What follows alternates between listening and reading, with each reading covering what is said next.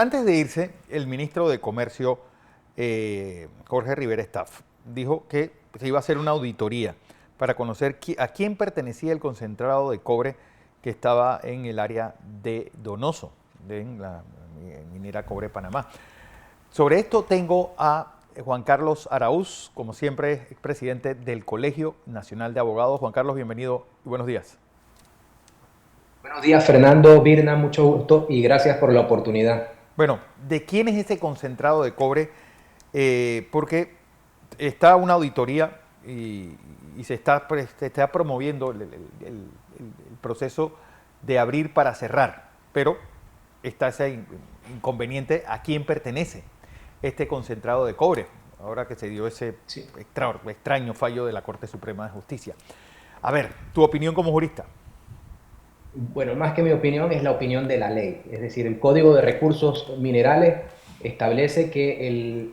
mineral extraído pertenece al que lo extrajo bajo el amparo de una concesión vigente. Entonces, en este caso de Minera Panamá, ese concentrado le pertenece a Minera Panamá y es un tema que no tiene mayor discusión porque el Código de Recursos Minerales ha sido muy categórico en establecer a quién le pertenece. Creo que ha existido es dificultad en torno a el proceso de comercialización, el antecedente inmediato de toda la controversia que se generó producto de la declaratoria de inconstitucionalidad, pero es una verdad innegable, invariable, que ese concentrado de cobre le pertenece a la empresa bajo el amparo de esa vigencia, de ese contrato, de esa concesión que tuvo efectos jurídicos y que sus efectos jurídicos son muy concretos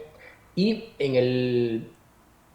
lo más sencillo de lo que se puede decir, usted no puede pretender apropiarse de algo que usted no extrajo, que usted no procesó, entendiendo que el concentrado de cobre no es un producto de la naturaleza, es un producto procesado, es un producto que sufrió una alteración producto de ese tratamiento que se le da bajo la explotación minera y esa propiedad que tiene el concentrado de cobre es un tema que podría generar conflicto en el momento en el que usted dilata esas decisiones y dilata también la posibilidad de que eso se comercialice porque esos recursos deben producir algún tipo de tranquilidad sobre el soporte de esa etapa de mantenimiento y cuidado que se requiere para que esto no se convierta en una tragedia ambiental y todas ¿De las cuánto estamos responsabilidades hablando, que Juan atañen Carlos? en esa toma de decisión. Actualmente, ¿de cuántas toneladas estamos hablando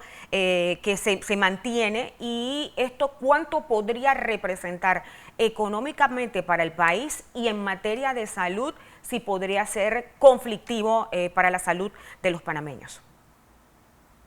Birna, lo que podría hacer referencia es a lo que los expertos han ido Sí. manifestándose con el paso del tiempo en torno a que ese concentrado de cobre en condiciones normales no habría estado almacenado más de 2 o 3 semanas, es decir, el concentrado de cobre no estaba o no está diseñado o preparado para un almacenamiento tan prolongado y que ese almacenamiento prolongado produce reacciones químicas y que pueden tener algún tipo de afectación a la salud y a todo el entorno en el que se encuentra ese almacenamiento. Es decir, allí hay unas condiciones de riesgo ambiental y no solo para el ambiente, sino para la salud del ser humano que tiene contacto con esas instalaciones. Por lo tanto, allí las autoridades tienen una responsabilidad de asumir decisiones y de finalizar este tema que se ha prolongado por tantos meses. En cuanto a la cantidad y el valor, eso habría que mirarlo desde el punto de vista comercial, es decir, el cobre hoy día tiene un valor, pero mañana tendrá otro, y eso va a depender del momento en el que se ponga en esa cadena de comercialización y se convierta en un producto ya vendido, y por lo tanto yo no podría hacer referencia a esa información que le correspondería a un experto en comercialización del cobre. Pero la pregunta, Juan Carlos, es si está tan claro, porque al final, si fue Minera Cobre Panamá quien extrae este cobre, ¿por qué ha sido tan difícil sacarlo?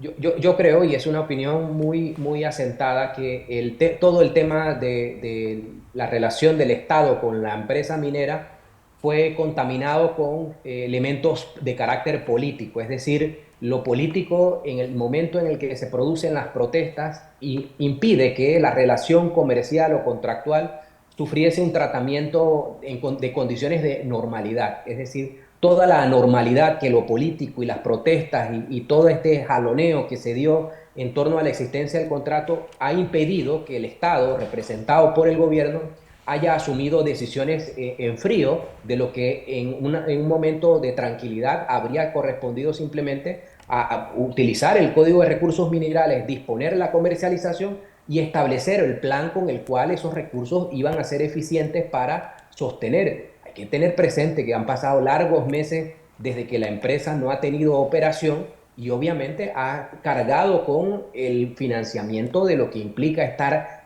todavía bajo ese mantenimiento y cuidado. Por lo tanto, son situaciones de sensatez, es decir, usted no puede pretender que alguien siga soportando la carga económica de lo que implica todo esto y no facilitar el camino con situaciones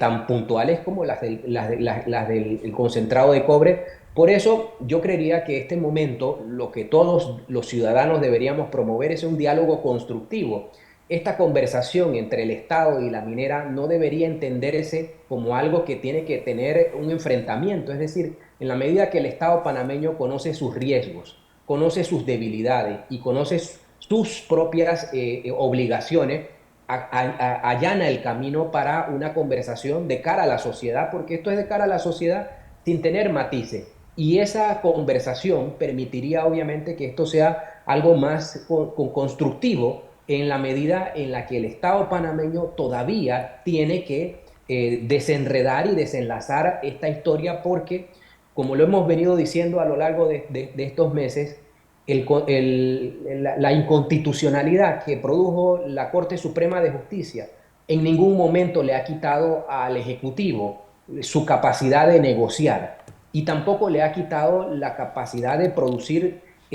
cumplimiento de obligaciones muy claras. Es decir, el contrato tiene que ser analizado a la luz de ese fallo. Sin embargo, la relación entre el Estado y la minera es mucho más amplia que el universo simplemente del contrato declarado inconstitucional y por eso esto no se puede empantanar y lo que todos deberíamos es propiciar esa conversación constructiva en donde si el Estado panameño ha analizado y debe analizar su comportamiento, entendería lo siguiente, Fernando y Mirna. Para Panamá es más lesivo estar retrasando cualquier tipo de decisión en torno a esta definición de la relación con la empresa minera por lo siguiente. Panamá se ha abocado a promover internacionalmente su plataforma, su estructura jurídica para atraer inversiones.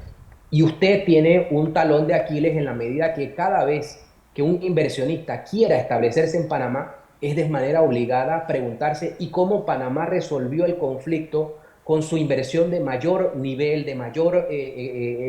capacidad económica? Y usted encontraría allí la razón suficiente para que este tema del contrato minero pueda ser abordado de una forma más eficiente, porque cada día que se retrasan decisiones, usted lo que hace es que disminuye su capacidad de promover a Panamá como sede de inversiones extranjeras, porque esto está siendo analizado y visto a la luz del mundo. Es decir, significa, Juan Carlos, significa, Juan sí. Carlos, que con lo que señala usted con sus palabras, esto va más allá, que tiene repercusiones actualmente en materia internacional, en materia económica, decisiones que quizás se ven desde otro punto de vista, pero en la actualidad, a lo que usted ha analizado, ¿hay interés de las partes, de las autoridades, de sentarse, de analizar, de mirar hacia el lado que debe corresponder para buscar una solución por lo pronto con este tema que usted plantea? Yo vería que claro que sí, es decir, el Estado panameño en el inicio de una administración gubernamental tiene que ser creativo, tiene que producir riqueza, el presupuesto general del Estado tiene que ser abordado de alguna manera, es decir, el interés está en poder satisfacer las necesidades del Estado, de la sociedad y desde el punto de vista de la empresa, es decir, ninguna empresa que no tenga interés se queda abordando y tratando de tener un diálogo, es decir, Las partes lo que necesitan es un punto de encuentro que hay dos fórmulas de abordarlo. Desde el punto de vista institucional, esos arbitrajes que inician deben ser entendidos como un diálogo, como una conversación, pero también existiría una fórmula mucho más sencilla. La fórmula más sencilla es que el Ejecutivo puede establecer esa mesa de diálogo sin intermediarios, sin necesidad de hacer gastos en honorarios de abogados. Es decir, el Ejecutivo liderado por el presidente Mulino puede establecer esa conversación